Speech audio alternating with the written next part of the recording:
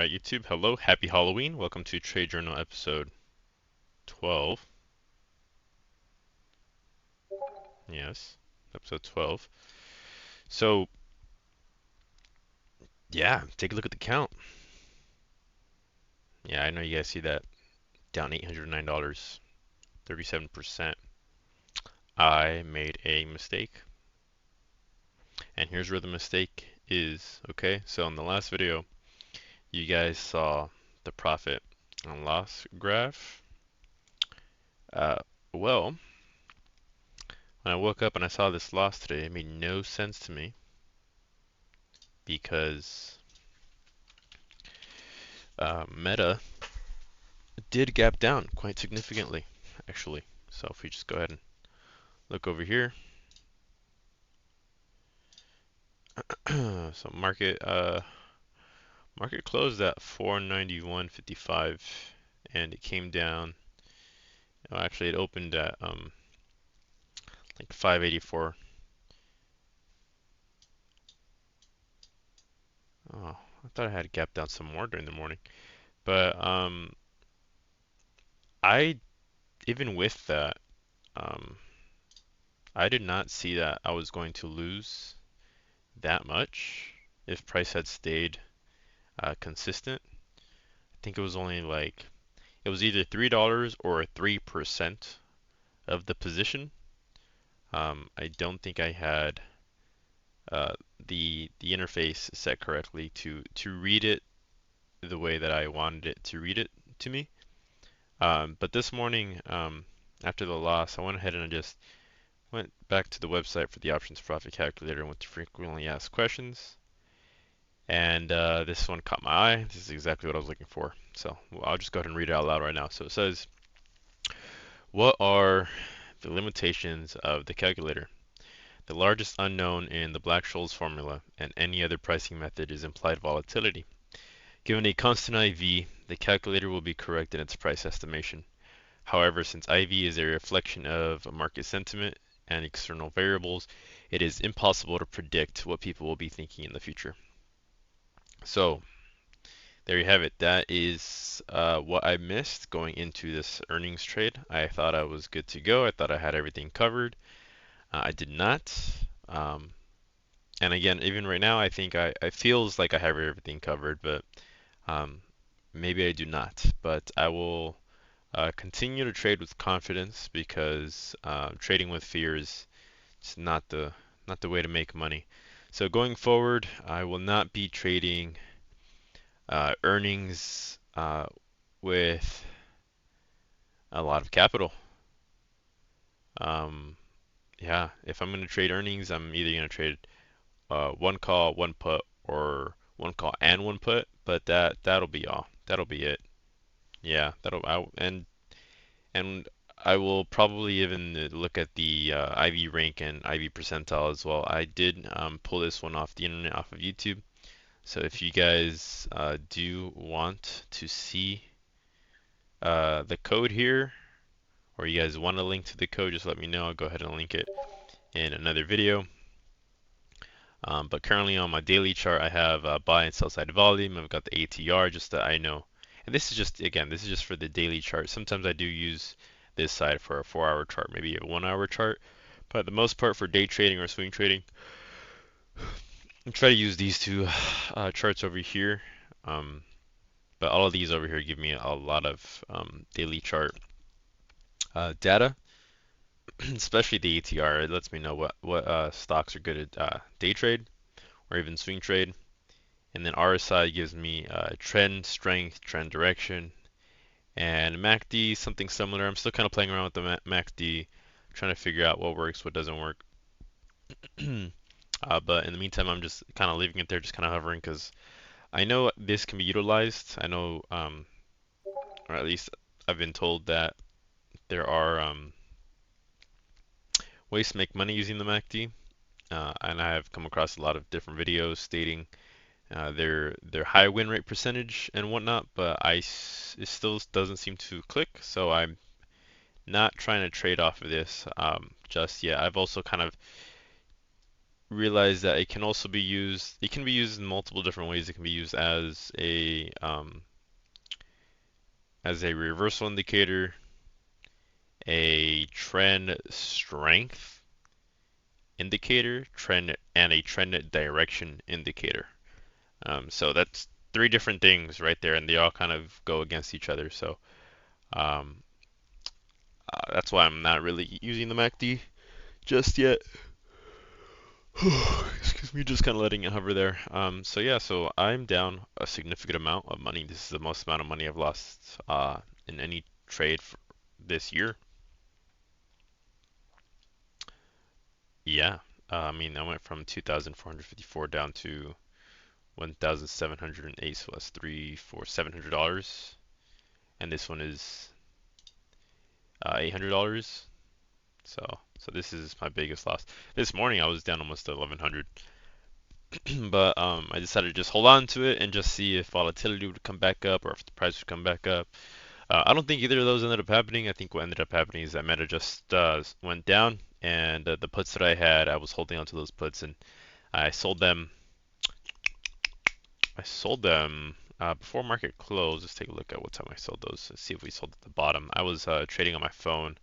I was not home for the majority of the day, so I sold these at 12:08 p.m. So yeah, pretty close to the bottom for today, I would say. So that's pretty good. And then I actually at 12 at that same time, I ended up just buying more calls, and these don't expire until December. We're not even November yet. It's Halloween night, so these don't expire until late December. So I can hold on to these for a little while. Um, I am considering maybe just letting them go because uh, Vega implied volatility implied volatility can just continue going down. It can just eat away at the contracts, but they are so cheap. It gives me time to kind of think about it, do some more calculations, and try to weigh my risk to rewards. So that's the review on the swing trade on the strangle strategy around the Amazon or the Meta earnings. Sorry, I said Amazon because I think Amazon just had earnings post market, and Apple did too. Wow, I say wow as though like this is something great. But if I had calls, I don't think these calls would be doing well. Maybe, I don't know. I wouldn't be trading with the calls in the future if I'm going to be trading earnings. Like I said, either one call, one put, or one call and one put, or maybe if I want to go long, maybe I'll buy shares. If I want to go short, I think the only way to do it would be to sell shares that I already own pre earnings. So that's where we're at right now. As of today, I do now have a rule for myself where if there is a heavy,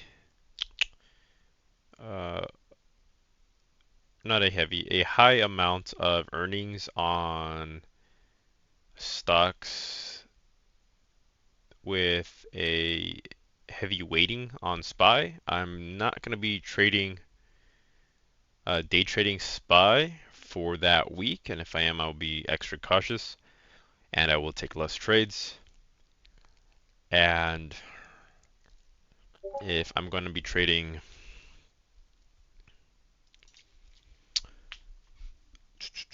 any of the individual stocks that have earnings, I'll be trading them pre-earnings coming into that week, but maybe. But I will not be trading the earnings play itself. Highly unlikely. And if I will, with very, very, very low risk. And I have not decided on this yet, but I may or may not trade for the rest of the week or the following week on that stock. Maybe not for the rest of the week, but probably the next week I probably will. We'll still have to do a little more research into that and see how that goes and talk with other traders. I do have again. Oh, I don't know if I should show it to you guys just yet. I'm in Bueller's Discord channel. It's BuellerBuys LLC, I believe. Again, that everybody in there is amazing. It's all thought leaders, no sheep. So, thanks for watching Trade Journal episode 12. I do believe this is episode 12. Um, oh, actually, before I end out the video, let me just go ahead and show you the levels real quick. So, converging candles. This is a Bueller's system. These are important levels and psychological levels as well. So, converging candles are the let's see, it's the all-time high of the day, and then the close if it's a new high of that candle. So if we go from like left to right, like this is a converging candle, this is a converging candle. Oh, this would be a converging candle as well. Actually, you can mark that one. But because it's so close to this one, I think Bueller says it's all right not to. Um, but if I want to, I think or if I don't want to, I don't have to. I think, but I think it's a good idea to do so. But I'm just gonna leave it. Converging candle, converging candle, converging, converging, and then this goes all the way up. And then one thing he says is that if there is like a really big gap in between two converging candles, you can just draw the 50% level in between the two. so yeah, so 579.58, 577.14, 573.76, and 560.46. All converging candles that have lined up, as you can see, and they have all hit. Even this one, this was a resistance. This was resistance, as you can see in this area here. This one here was a, yeah, you can even see it was a slight resistance. It broke below, came up, retested it, broke below. This 50% is the, well, for right now, it's the current day control point, but it's going to, when we go into tomorrow, it's going to be previous day control point. It's just the 50% between the high of the day and the low of the day. And then we mark previous day open. So this is current day open, but I already have this marked for tomorrow. So it'll be previous day open. And then we also have previous day close. You also want to mark previous day high and previous day low and pre-market low and pre-market high. But the previous day high or the current day high is so close to the open that you can just do the open. And it's the same for the close of the day as well. So the low of is really close to the close of the day. So those are the levels going into tomorrow. I was chatting with one of the members, Andrew, and we were thinking if price. Well, first I said if price holds below the previous day control point, look into puts for a scalp. But then he also said if it gaps down, or even I think even if it, I'll get to that one, that thought in a moment. But if it gaps down, your price targets would be like pre-market high or previous day control point, like the or oh yeah, pre-market high or previous day control point. Those would be your price targets, one and two, depending on whichever comes first on the levels up here for calls. And then there was also one more thought. It was, let's see if it comes back to me. Talking about the levels. Oh, I was gonna say that if price, let's just say tomorrow that price opens like in this area here, we would look for.